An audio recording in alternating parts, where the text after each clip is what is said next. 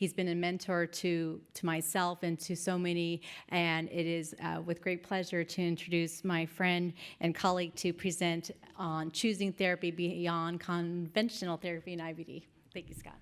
Thank you, Anita. Couple disclaimers. So on your programs, it says Brian is going to give this talk.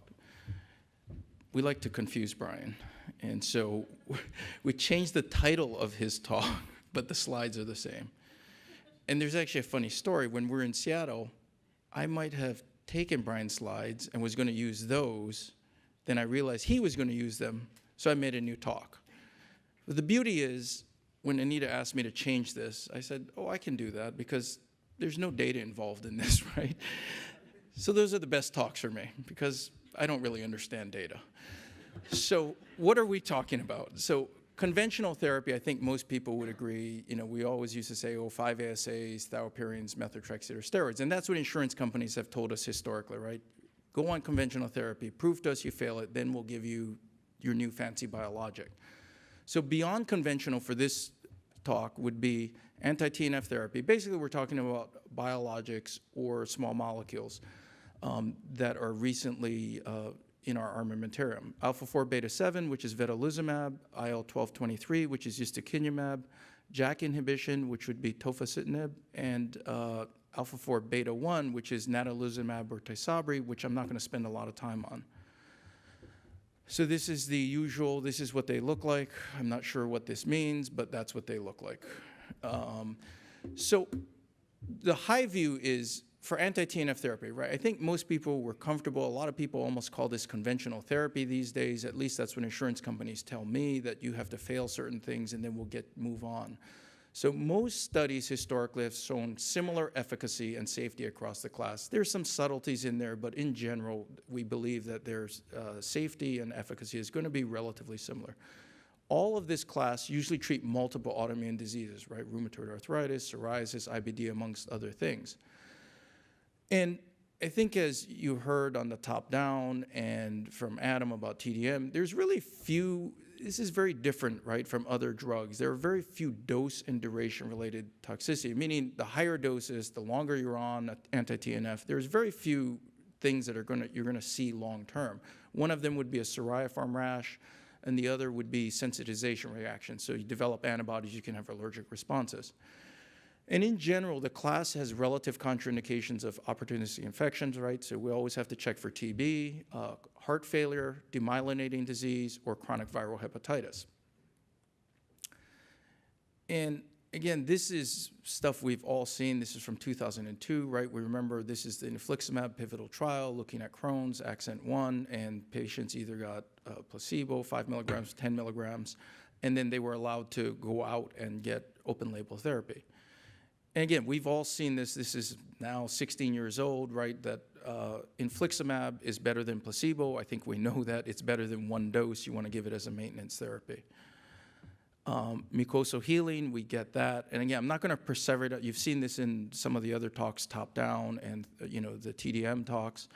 And this is just sort of to say, if you look at the three main anti-TNF class that we use, infliximab, adalimumab, and certolizumab, and if you look across Crohn's trials, that at the end of the day, at 6 months, they have a relatively similar remission rate.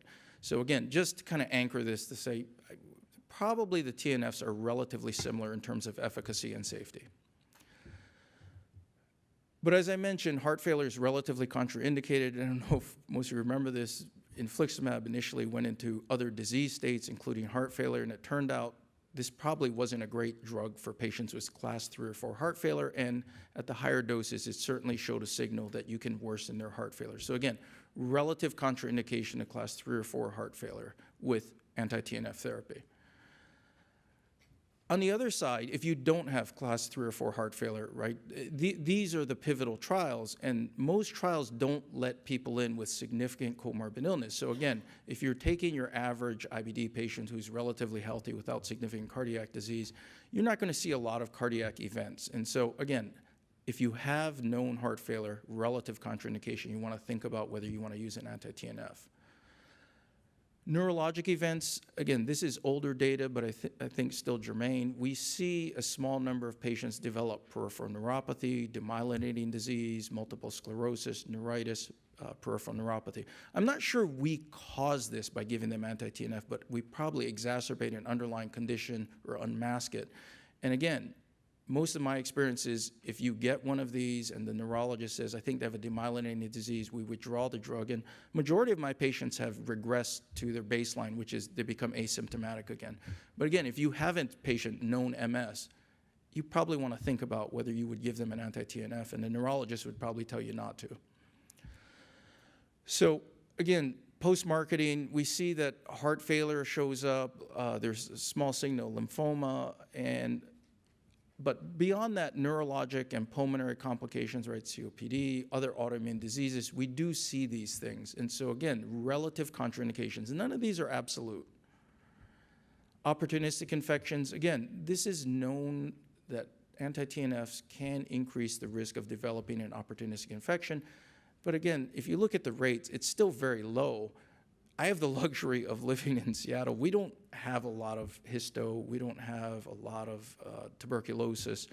And so, you know, I don't worry about this too much, but you guys live in a different area, and I've had patients travel to this area and come back with histoplasmosis. So again, how you manage this is that anti-TNFs are relatively contraindicated if you know a patient has a positive TB or you think they have histo.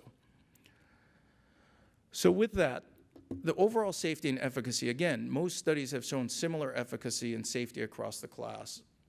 They treat multiple disease states, which is good. If you have patients with Crohn's and RA, you're going to be able to treat them with one drug. The dose and duration related adverse events, as I mentioned, so Anita looked at this at our center and found that it seemed to be a duration-related toxicity, not so much dose, that the longer you were on an anti-TNF, and maybe you were on 2 or 3 of them, you could develop psoriform rash, which happens about 3 to 5% of the time. If you switch the patient to a second anti-TNF, half of them will get the same recurrent rash, and about half of those patients you can treat through with steroids, topical steroids, add an immune modulator, and they seem to do okay.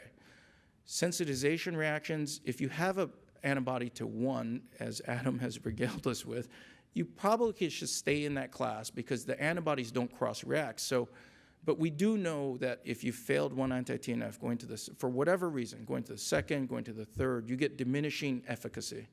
And you can still switch out of class. And again, the relative contraindications, opportunistic infection, heart failure, demyelinating disease. If you have someone with chronic Hep B, talk to your hepatologist, which is probably you if you're in practice, but that's not me at an academic center. So please don't ask me what to do with these patients. I send them to our hepatologist, and they tell me what to do, and I say, it's fine. They've never had an issue. For chronic Hep B, they'll put them on some lamivudine or one of those drugs, and they say, do whatever you want. Which then leads us into, so that's the class of drug we've had for almost 2 decades now, and what is beyond that, right? So again, the usual cartoon of there are multiple cytokines, but the next class of drug is lymphocyte trafficking, right? So what are we talking about? We're talking about natalizumab, vedolizumab, and etrolizumab, which is in trials right now. And they're a blockade. They're not a cytokine inhibition. And vedolizumab, the cartoon, is a humanized alpha-4 beta-7, right? So one of the questions that I still get from some of my colleagues in the community is, well, so this is like natalizumab, right? And so I got a JC virus, what are we doing? We'll go a little bit more into that. The pivotal data, Brian published this in New England Journal, showed that for ulcerative colitis at week 6, right, clinical response in the red is vedolizumab, in the blue is placebo. So clearly, vedolizumab is superior to placebo, clinical remission superior, and mucosal healing superior also. So bottom line, it works for ulcerative colitis. Maintenance, if you continue the drug versus discontinuation, blue is discontinuation, so they go on placebo. Red is you stay on every 4 weeks, and the light purple or gray, whatever that is every 8 weeks.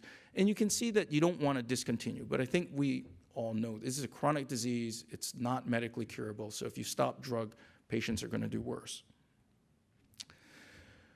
With Crohn's disease and vedolizumab, you probably all know this again, that the primary endpoint, which was response at week 6, did not show statistical significance. Remission did, and a lot of people thought, well, maybe this doesn't work then, right? You missed your primary endpoint. But I think most of us believe the onset of action of this drug is a little slower than what we're used to seeing with anti-TNFs, and the further out you go, you're probably going to start to see this separation.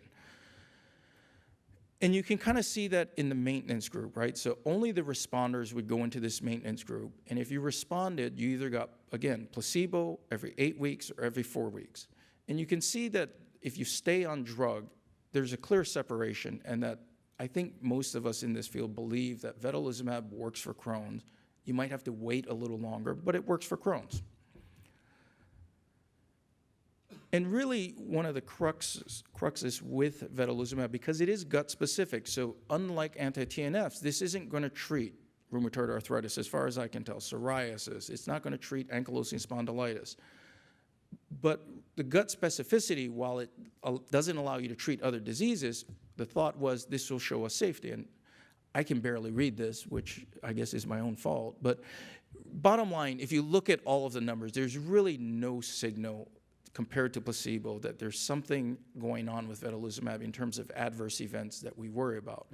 And then if you look at exposure adjusted, again, it didn't matter whether you were on this for a week, every 4 weeks, a year, 5 years.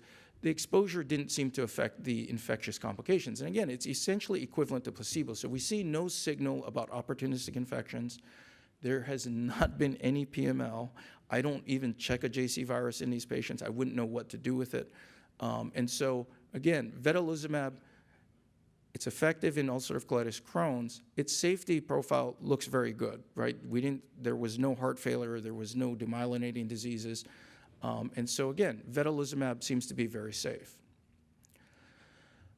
Which then pivots us to the third class of biologic we now have, which is ustekinumab, or IL-12/23 inhibition.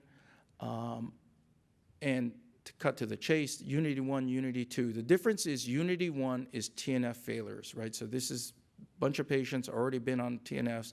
They had to have responded and then failed, and they could go into UNITY-1. UNITY-2 is actually, they're not TNF failures, but about a quarter of this group was still exposed to TNF, but they quit for a variety of reasons, insurance reasons, patient didn't want to stay on it. So UNITY-2 is more of a naive population, but again, there's still about a quarter of these patients that were on anti-TNF.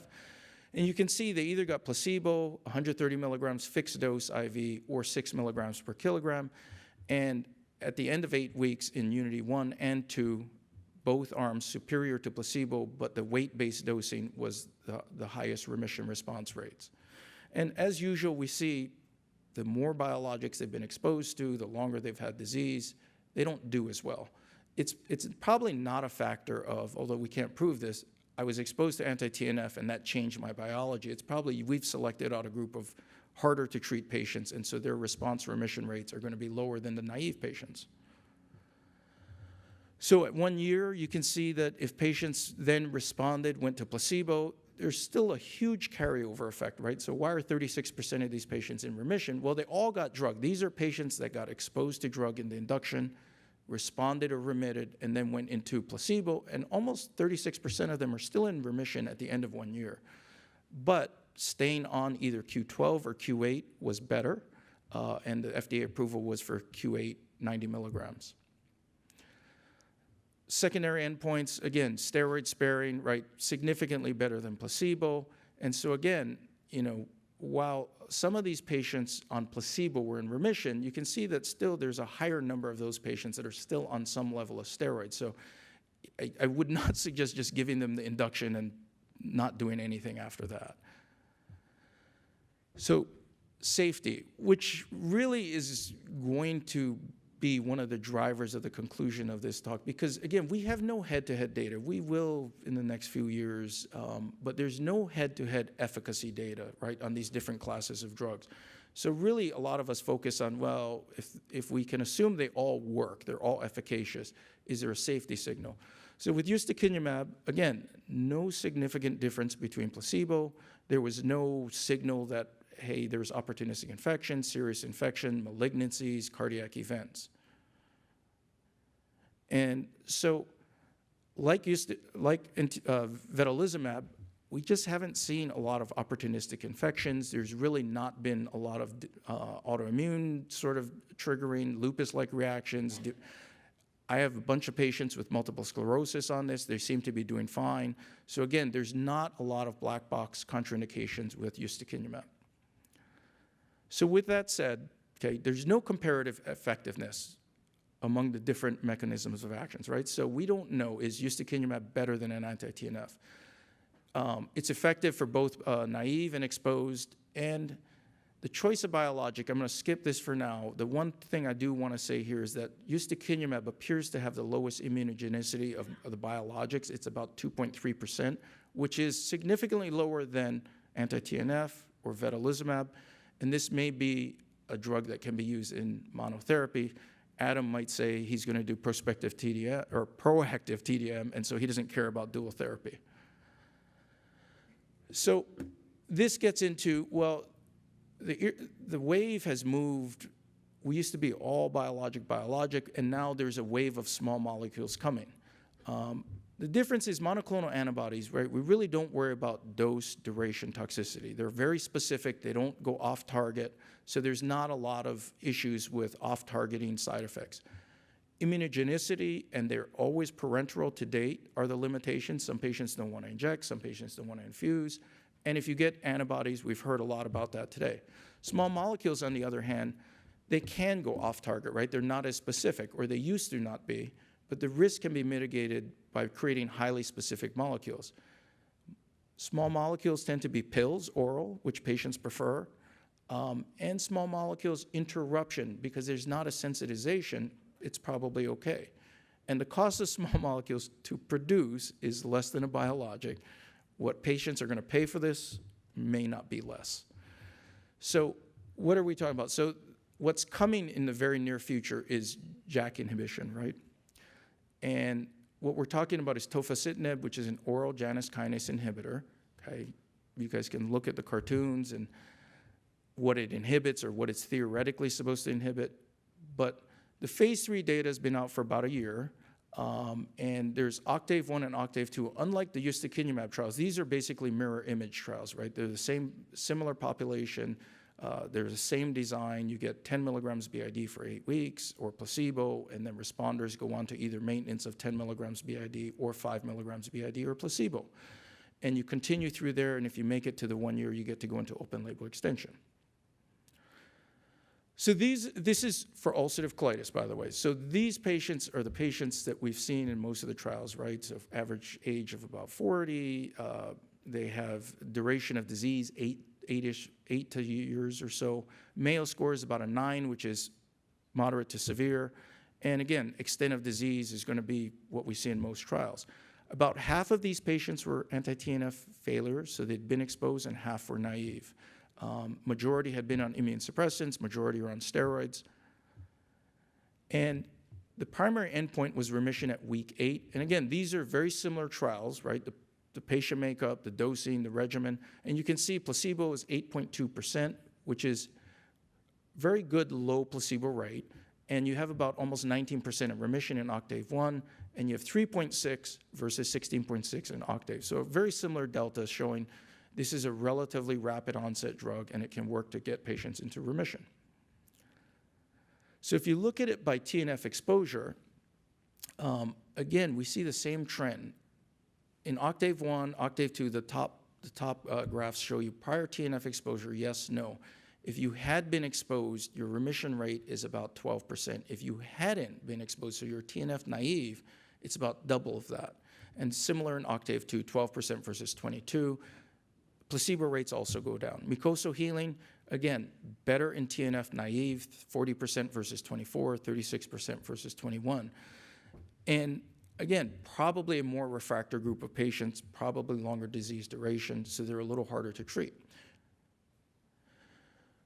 What isn't in here is the fact that disease severity, CRP, albumin, other factors that we think of as, boy, that's not a good patient. They have a bad predictor for biologic. They're going to clear the biologic faster. That didn't seem to hold up here, right? So having a high CRP versus a moderate CRP, having a low albumin versus high albumin didn't seem to affect your odds of responding. So a little different from the biologics. And then those patients go into maintenance, and that goes on for another year. And again, at 1 year, right, if you're on placebo, 5 BID or 10 BID, you can see a placebo is 11% of patients are still in remission at 1 year versus 34 versus 40.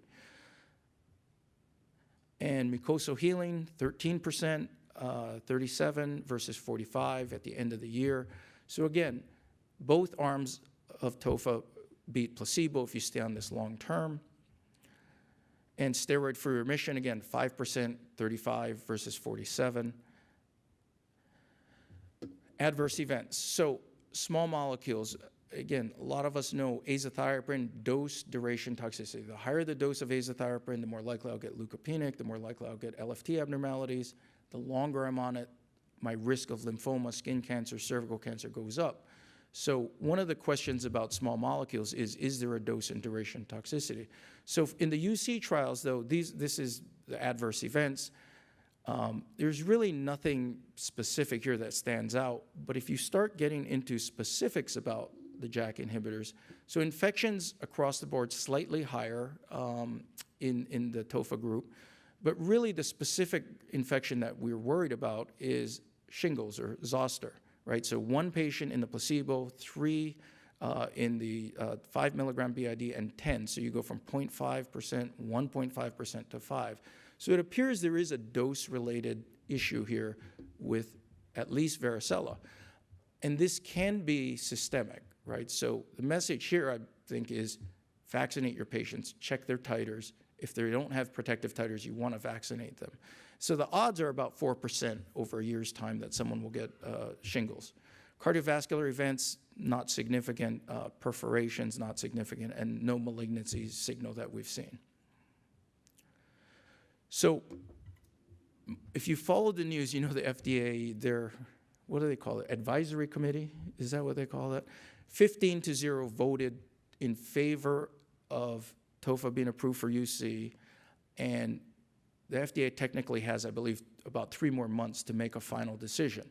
But it's only going to be for UC, and the reason is the Crohn's trial with TOFA wasn't able to show any significant benefit. So you can see this is, again, 8 weeks, placebo, 5 milligrams, 10 milligrams BID, and there really was minimal separation.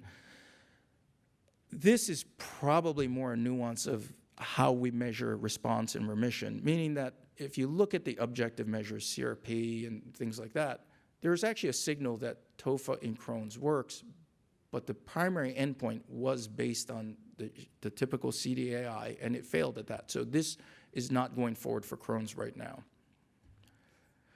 Okay, so to conclude, there are no head-to-head trials yet. There will be. So anti-TNF, and what do we have? We have infliximab, adalimumab, both approved for Crohn's and UC, certolizumab approved for Crohn's, and golimumab approved for UC. So the relative contraindications there are CHF, COPD, demyelinating disease. You can see moderate sensitization, I believe, with monotherapy. Adam is gone, so he can't rebut that. There is risk of opportunistic infection. It comes in both IV and sub-Q formulations, depending on which version, which flavor of anti-TNF you choose. So alpha-4 beta-7 inhibition, that's the second class that we have, vedolizumab. So there's no relative contraindication that I know of. I think it says if you're hypersensitive to vedolizumab, don't take it. I don't know how you would be if you've never received it, but the FDA in its infinite wisdom puts that in there. Don't send this to the FDA. So no significant opportunistic infection signal. And again, you can create antibodies to vedolizumab just like you can to anti-TNF. It's currently only in an IV formulation. They're working on potentially a sub-Q formulation.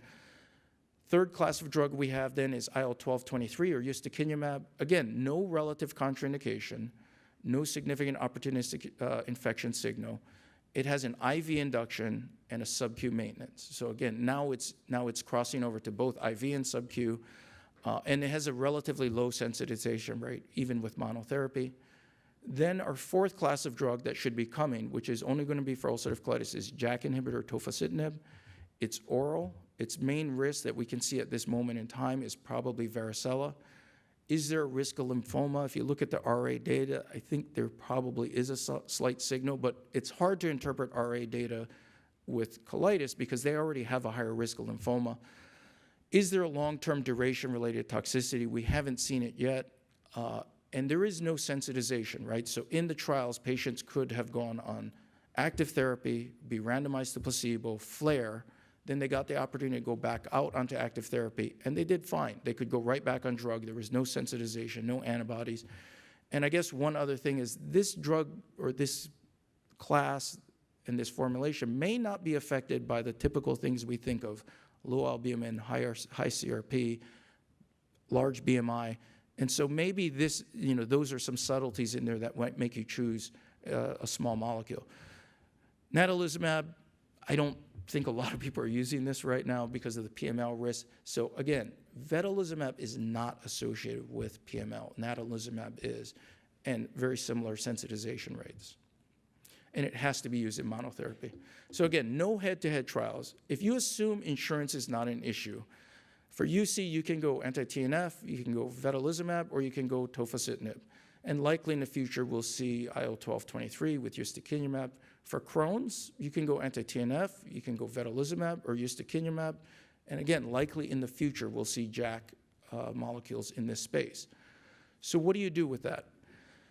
I wish we could assume insurance is not an issue. So any pharma people get mad at me. I didn't make this decision tree. But also, really, the decision tree is not really up to us, at least in my state. We can ask for whatever we want, and insurance companies normally say, that's very nice, this is what you can have.